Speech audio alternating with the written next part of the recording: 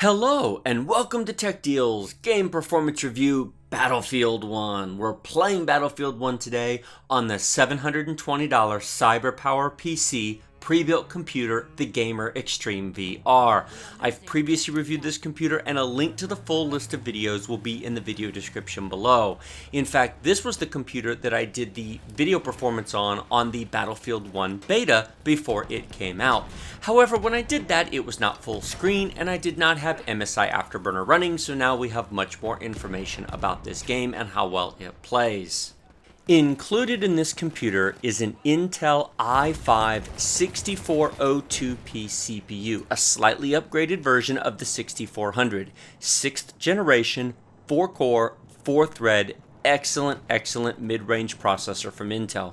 We have 16 gigabytes of system RAM installed. This is upgraded over the standard 8 gigabytes. And we have AMD's RX 480 4GB dedicated gaming graphics card. This thing is a wonderful machine. If you've got about $700 to spend for a gaming computer and you don't want to mess around with building your own, this is the one to buy. Out of everything on the market right now, this is what I would spend my own money on, and I did since I bought it from Amazon myself. We are playing today at 1080p full HD resolution, ultra detail preset, and VSync is turned off. Fraps was used for the minimum, maximum, and average game performance numbers you will see at the end of this video, but it was not used to capture the video that you're watching. Instead, I have a external HD60 Pro hardware capture card installed in another computer that is capturing the video you're watching. There is no effect on game performance whatsoever. In fact, the computer does not even know it's being recorded. The numbers in green in the upper left-hand corner of the screen are from MSI Afterburner, an excellent free program that you can download from MSI.com to give you more information about what your computer is doing in real time, your graphics card, CPU, etc. The first line is the RX 480 GPU itself, and we're currently using all of its processing abilities. If you take a look, you'll see it's at 100%, which basically means our frame rate won't go any faster because we're fully utilizing our graphics card. It's running at 79 degrees Celsius, warm but well within acceptable limits. The fan is running just under 2000 RPM, and the clock speed is at about 1.2 gigahertz. The memory, we're using 3.3 gigabytes of our VRAM. We have 4 gigabytes total installed. It is plenty for this game at 1080p. It is worth noting that there is an 8 gigabyte version of the RX 480, but in very few cases do I think it's actually worth spending the money on the 8 gigabyte card. Certainly, if you plan to run at high resolutions, such as 1440p or 4K resolution, an 8 gigabyte card would definitely be useful, but at 1080p, I don't think it's necessary. The 4 gigabyte card is generally just fine. Take a look at line 3, CPU. Now we have an i5 processor in here, which is a 4-core, 4-thread chip. So when the CPU is at 100% usage, then we're using all 4 cores. If it was 50%, we'd be using 2 cores, so on and so forth. Battlefield 1 is one of the first games that I've seen that really effectively utilizes 4 cores and actually will use more. When I play Battlefield 1 on i7 machines that have 8 threads, it will use some of that hyperthreading. Most games don't. In fact, many games only use 1 or 2 cores. I have commented many times in the past that there is no point in buying an i7 CPU for gaming. An i5 is fine. An i7 is completely wasted for gaming in almost all situations. Yes, there are exceptions, and Battlefield 1 can be added to that list. Would this run any better on an i7? Yes, in theory. However, take a look at our frame rate.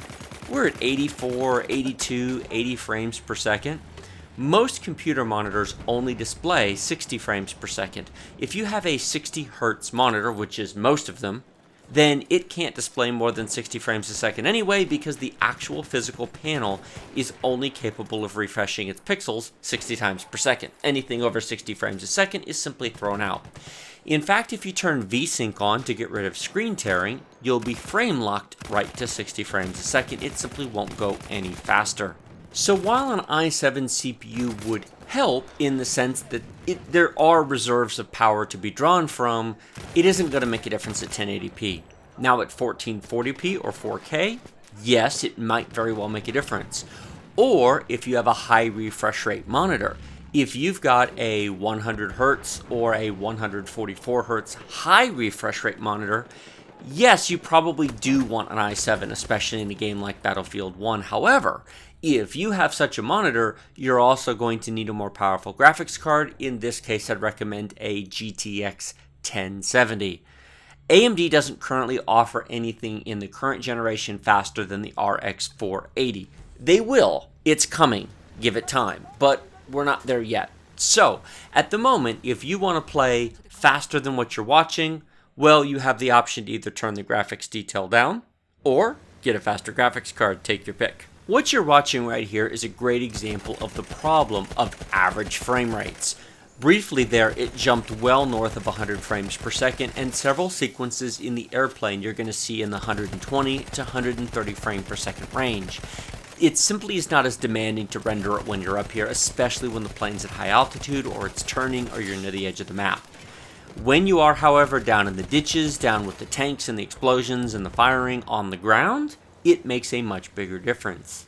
That being said, I challenge you to watch that real-time frame counter and find any point at where it drops below 60 frames per second. Now, I did 4 separate 5-minute Fraps runs during this gameplay. The numbers at the end will be averages of those 4 different runs. So I have a total of 20 minutes of tracking the performance of this game under Fraps. Please note, I am probably not going to show you the entire 24-minute battle because, frankly, I don't really want to talk for 24 minutes about one game, and you probably don't want to see 24 minutes of one game. This is not a Let's Play video. I'm not narrating the gameplay. I'm talking about the performance. So I am going to trim this here at some point. I might include a couple of key highlights of the battle that I thought was interesting, but beyond that, I am going to cut it short because the point has been made. While I'm profiling the CyberPower pre-built computer in this video, and it'll be in the playlist for that, it's worth noting, if you have a relatively recent i5 or better CPU from Intel from the 4th to 6th generation, if you have an RX 480 4GB graphics card, you can expect the same performance whether you build it yourself or buy a pre-built such as this. If you prefer an NVIDIA card, you will get very similar performance to this out of the GTX 1060, either the 3 or the 6GB card. At 1080p, it doesn't make any difference. Yes, I know it says it's using 3.3 gigabytes of VRAM, however, I have tested Battlefield 1 on a GTX 1060 3GB card. It plays perfectly, there's no issue. Finally, if you have an older generation card, an AMD R9 390, 290, or a GTX 970 4GB card will all produce basically the same results that you're currently watching. So if you want to know what is comparable to what you're currently watching, all of those cards will give you plus or minus 10% of the performance that you're currently watching. As you can see here, I've had several rapid cuts where I've trimmed out the center section of the gameplay. As I said, this game was well over 20 minutes long, and it's not a Let's Play video, so there's no point in showing you the whole 20 minutes. Yes, I threw an anti-vehicle grenade there and destroyed a vehicle that nobody was in, but hey, you know, I got points for it, so what more do you want? And he dies. Last kill, 1,000, and we won. Victory! 89 frames per second average with a minimum of 61 and a max of 174. As I said, I did 4 different Fraps runs. The minimum shown here is the minimum of the 4 different runs. The maximum is the maximum of the 4 runs.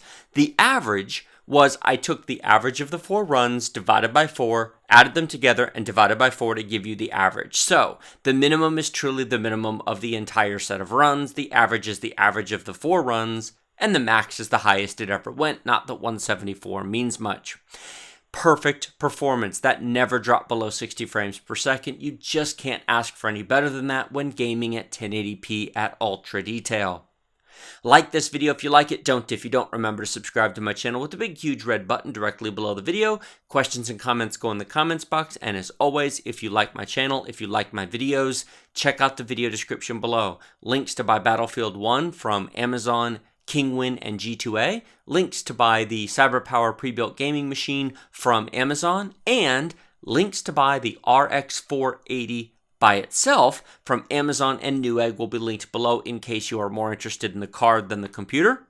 And I will also have the full playlist of videos that I have done on the CyberPower PC down below, mini game performance videos, upgrade videos, and so on. Thanks for watching. I'll catch you next time.